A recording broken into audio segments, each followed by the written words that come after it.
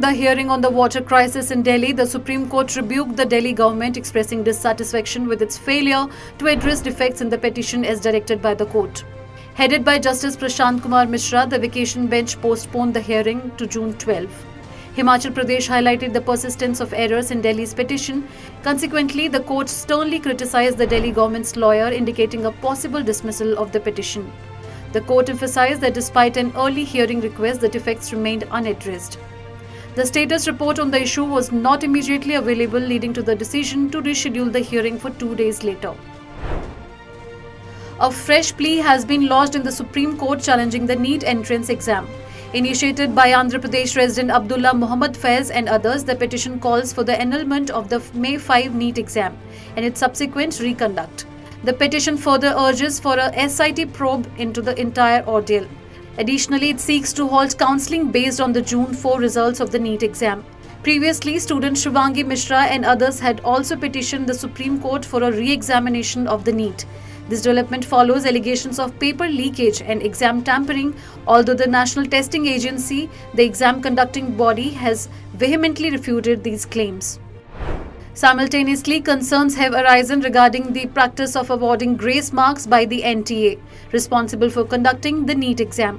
Allegations suggest that the Supreme Court precedent cited by the NTA to justify the distribution of grace marks is not applicable to medical or engineering exams. The NTA's decision to allocate grace marks was purportedly based on a Supreme Court petition concerning the CLAT exam in 2018.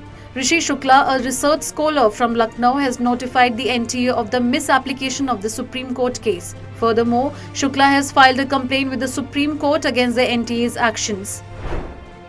The Aam Aadmi Party of Delhi has received immediate respite from the Supreme Court.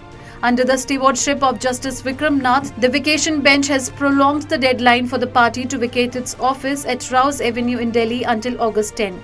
Initially set for June 15, this extension was granted following a plea made by senior advocate Abhishek Manu Singhvi, representing the Aam Aadmi Party during Monday's hearing. The court stipulated that this extended deadline is the final opportunity to vacate the premises by August 10. Additionally, it mandated that a compliance report be submitted to the Supreme Court registry within 1 week of the office being vacated. Previously, on March 4, the Supreme Court had directed the party to vacate its principal office at Rouse Avenue by June 15. Azam Khan, a leader of the Samajwadi Party and former cabinet minister who is currently incarcerated in Sitapur Jail, Uttar Pradesh, has been granted relief in the Dungarpur Basti case.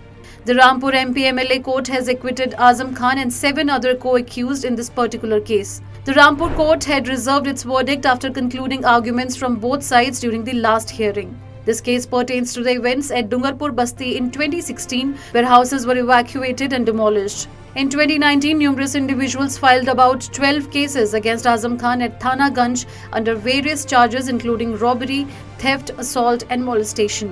One case was filed by plaintiff Guddu. The court has acquitted Azam Khan, Fashat Khan, Shanu, Shahzeb Khan, Barkat Ali, Thekedar, Imran, Ikram, Parvez and Firoz due to insufficient evidences. It's noteworthy that while Azam has been acquitted in 2 cases related to this matter, he has been convicted and fined in 2 other cases.